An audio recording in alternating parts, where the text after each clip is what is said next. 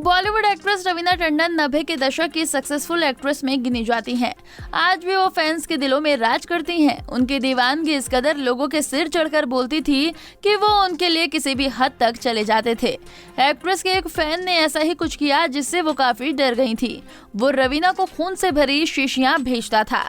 जी हाँ, इस बात का खुलासा खुद रवीना टंडन ने किया। एक इंटरव्यू में रवीना ने बताया कि गोवा का एक फैन था जिसने ये मान लिया था कि मेरी शादी उससे हुई है और मेरे बच्चे उसके बच्चे हैं।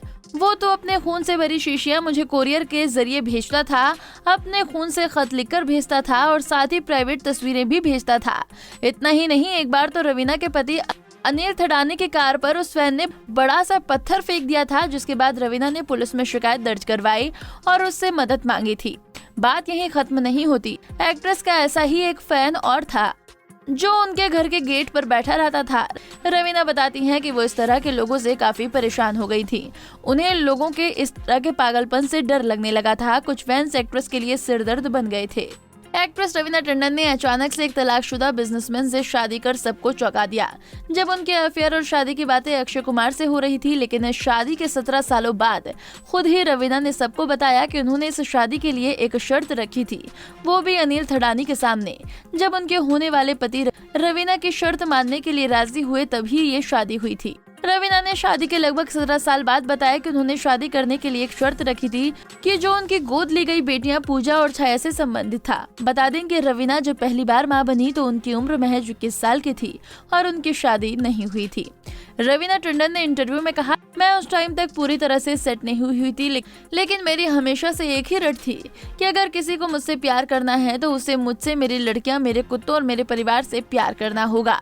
रवीना के कहने का मतलब था कि उनकी शादी के लिए शर्त यही थी कि वो उस इंसान से शादी करेंगी जो उन्हें प्यार करने के साथ ही साथ उनकी गोद ली गई बेटियों को भी प्यार करेगा। बता दें कि अनिल और रवीना साल 2004 में शादी के बंधन में बंधे। उनके 2 बच्चे हैं, बेटी राशा और बेटा रणवीर वर्धन। इस तरह रवीना 3 बेटियों और एक बेटे को मिलाकर 4 बच्चों की मां है। हालांकि अब तक अपनी दोनों गोदली बेटियों की वो शादी करा चुकी हैं।